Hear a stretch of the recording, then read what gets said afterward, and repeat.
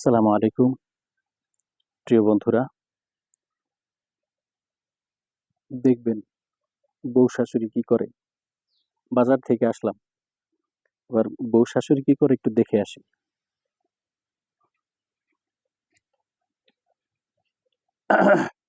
আসসালামু আলাইকুম, কি করতেছো তুমি? আমি তো বাজার রাই খাইলাম, পাকের ঘরে দেখলাম কেউ নাই। কি, মা কি ঘুমাই গেছে না? ব্যথাটা কমছে মনে হয় একটু। হ্যাঁ, ঠিক আছে, মাশাআল্লাহ। আমি হ্যাঁ, প্রিয় বন্ধুরা, আমি গিয়েছিলাম বাজারে, মা রে ব্যথা পাওয়ার পরে বসায় রেখে গেছিলাম। তো এই নিয়ে এখনো ওই মায়ের পায়ের কাছে বসে আছি। কারণ আমার একটা বোন আছে, বোনটা তো বিয়ে দিয়ে দিছি। আর এখন এই বউ শাশুড়ি মিলে এখন তারা মা মেয়ে হয়ে গেছে। আসলে প্রত্যেকটা ঘরে ঘরে যদি এমন ছেলের বউ থাকে আর একজন শাশুড়ি থাকে, তাইলে কোনো সংসারে অশান্তি হবে না আশা করি। তো প্রত্যেকেই চেষ্টা করবেন বউ শাশুড়ির মধ্যে একটু ঘনিষ্ঠতা বজায় রাখার জন্য। শাশুড়িরাও যেন বউকে মা মনে মেয়ে মনে করে, আর বউরা যাতে শাশুড়িকে মা মনে করে, তাহলে আর ঝগড়া হয় না।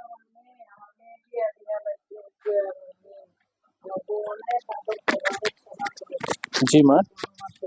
বউ আমার সেবা করে, অনেক যত্ন করে। আমি একটু আমার বউটা, একটু আমার মেয়ে।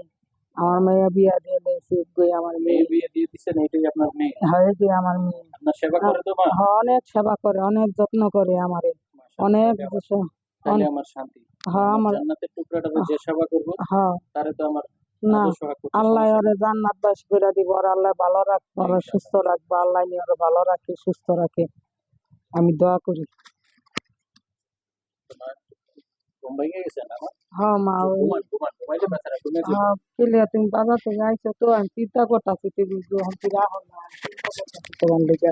আমার দিকে চিন্তা করতেছে? চিন্তা হ্যাঁ, করো না, আমি আছি চিন্তা সমস্যা, করতেছি। চিন্তা করো না। না, এই যে বউ বইয়া রয়েছে আমার সামনে, এখন তুলে উঠতে যাইতাছে না, আমার যত্নই করতেছে, অনেক যত্ন করে, অনেক সেবা করে। আল্লাহ ঘরে ঘরে আল্লাহ এমনি দেয় জানি, আল্লাহ জি জি, সবার যত্নই জানি, আল্লাহ বাপ ইনশাআল্লাহ মারে ইনশাআল্লাহ। শাশুড়ি এমনি সেবা যত্ন করে। হুম, আমি দোয়া করি, বাকি আর কিছু লাগাইছি না, আলহামদুলিল্লাহ। আলহামদুলিল্লাহ আলহামদুলিল্লাহ, আল্লাহ তাআলা সবারই, প্রত্যেকটা ফ্যামিলিতে এবং প্রত্যেকটা সংসারে বউ শাশুড়ির আহ, সম্মান বজায় থাকুক। আর আমরাও ছেলেরা যারা আছি, শুধু মায়ের কথা শুনে বউর সাথে অশান্তি, বউর সাথে ঝগড়া বিবাদ এমনটা যেন না করি, এবং বউর কথা শুনে মার সাথেও যেন খারাপ আচরণগুলো আমরা না করি। কেননা দুইটা হাতই আমার, মাও আমার, স্ত্রীও আমার। সুতরাং আমার খেয়াল রাখতে হবে যাতে আমার কোনো হাতের কারণে কোনো হাতে আঘাত না লাগে। প্রিয় বন্ধুরা, যেখানে থাকেন ভালো থাকবেন, সুস্থ থাকবেন, এবং নিজের ফ্যামিলির কথা, আদব কানুন, নিয়ম কানুন মেনে চলবেন, এবং বাবা মার সেবা করবেন সদা। বাবা মা বেঁচে থাকলে বাবা মার সুস্থতার দিকে খেয়াল রাখবেন। আর প্রত্যেকেই চেষ্টা করবেন যাতে তৃতীয় কোনো পক্ষের কথা না শুনে বাবা মা এবং স্ত্রী ভাই বোনদের সাথে অশান্তি করবেন। তৃতীয় পক্ষের কোনো কথা শুনে বাড়িতে কোনো ধরনের ঝগড়া সৃষ্টি করবেন না। এবং সংসার সুখের হয় রমণীর গুণে, এবং রমণীরা যতদিন আমাদের সংসারে থাকে, ভুল ত্রুটি হতেই পারে। একসাথে চারটা পাতিল থাকলে ঘুষ লাগতেই পারে। তার মানে এই না কোনোটা ফেলে দেওয়া যায়। যদি কখনো কখনো কোনোটা আঘাত লেগে বুচাও হয়ে যায়, তো ওগুলো মেরামত করে ব্যবহার করা যায়। তো প্রিয় গাইস, সবাই ভালো থাকবেন। যদি ভালো লেগে থাকে ভিডিওটা, শেয়ার করবেন, লাইক দিবেন, এবং পাশে থাকবেন ইনশাআল্লাহ। সাপোর্ট করবেন।